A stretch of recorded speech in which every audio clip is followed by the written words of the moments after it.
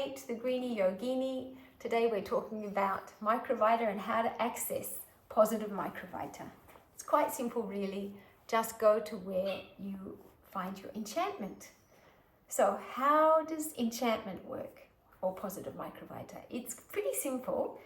Enchantment is evoked in most of us through what we call the 5 fundamental factors. So starting with the solid factors, so crystals and rocks, and then the liquid factors, so water and waterfalls and oceans and rivers or rain, and then the luminous factor, which is sunlight or candlelight or fires or anything that's luminous, and then the aerial factor, which is breezes and clouds and wind and stillness, and then the spatial factor, which is time as well as space. It's the universe. It's all of us spinning through space and time around the sun in 365 days and so on.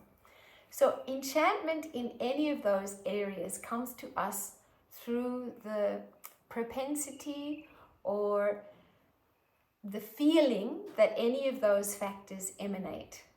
For example, and this is not something I made up, this was talked about in a discourse called The Mysterious Emanation of the Cosmic Factor Microvita by Sri Sri Anandamurti in 1986. Here we go. So what it is like the solid factor holds inside of it the potential or the propensity for smell. So if you're around anything that's solid and you're very sensitive, you're going to catch the smell of it. Food, flowers, even rocks and crystals can emanate a certain kind of smell. Sand, dust, and then compost and obvious things such as that, but also subtle smells like perfume. And then the liquid factor, it emanates the propensity for taste. So as soon as we put a liquid in our mouth, we can test to see if it's bleach or water by the taste that it gives us, or if it's an alcohol, or if it's a fruit juice, for example, and nectars and all sorts of things. So as soon as anything's in a liquid factor, our taste will be activated by it. And then the luminous factor is through light. We start to see. Once you light a candle or you turn on a light in a room, you start to see everything around it. Hence, the luminous factor does emanate light and also temperature. It gives off a certain amount of heat. Then the aerial factor, it emanates, or the propensity that happens through the aerial factor is touch. So when we're on a bicycle and the breeze goes past us, from us moving through the air, we feel that breeze, or sitting on a beach, or being on a mountain, or someone breathing close beside you, you feel that touch of their breath. And then the last one is space. Sound travels through space. So any kind of music or words or whatever, I travel in the space is the medium for sound to travel through. So any of those 5 propensities that are sitting in any of those 5 factors are going to hit our sensory organs, because that's what we're about. Taste here and smell here and sound here and touch on our skin and smell through the nose. I think I've done them all. So our sensory organs are our way of perceiving the world around us.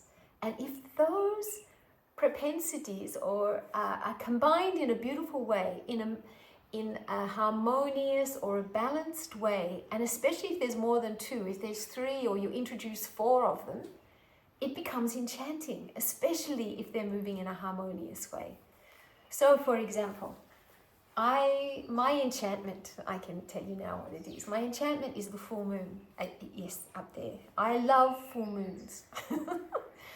And so if I enhance the full moon by standing near a surface of water, I get to see not only the luminous factor as the full moon rises, but just like this, I've combined a full moon, the light, with this liquid factor of water. This is one of my enchantments, is to go to the ocean and stand and look out across the sea as that full moon is rising. And when the rays of that full moon, especially if I'm even up higher, like a little bit on a cliff top, and I get to see the moon and then the water, the horizon line, and then all of that shimmering magic across the water at night, especially if it's a fairly gentle night and there's a breeze coming through. And I can hear, which is another factor, if I get to hear the sound of the waves lapping the shore beneath me, it is so enchanting. It is so enchanting. Now, positive Microvita moves in those spaces where the tan matras or those propensities, those factors, are combined together in a way that's harmonious. So if you want to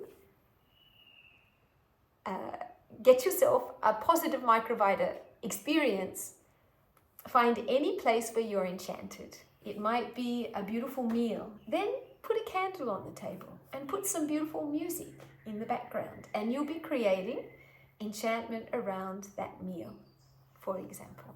It might be that you're enchanted by your children. Well, then take a moment to pause and to use touch. You know, ruffle your little boy's hair, or give him a hug and tell him that you love him. Use words, for example. And so enhance those places where already we feel some enchantment, and lift those places up to a space where they become poetry, where they become like a song or like a painting.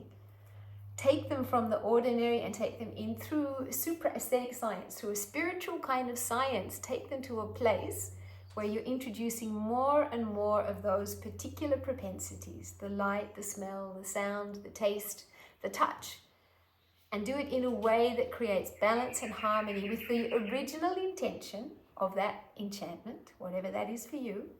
And then straight away, positive Microvita will come and create that experience. It is a spiritual experience when we create poetry or aesthetics. So that's the beginning of a little way to make positive Microvita. Hope you enjoyed it, and I definitely invite you to have an enchanting day. Namaskar.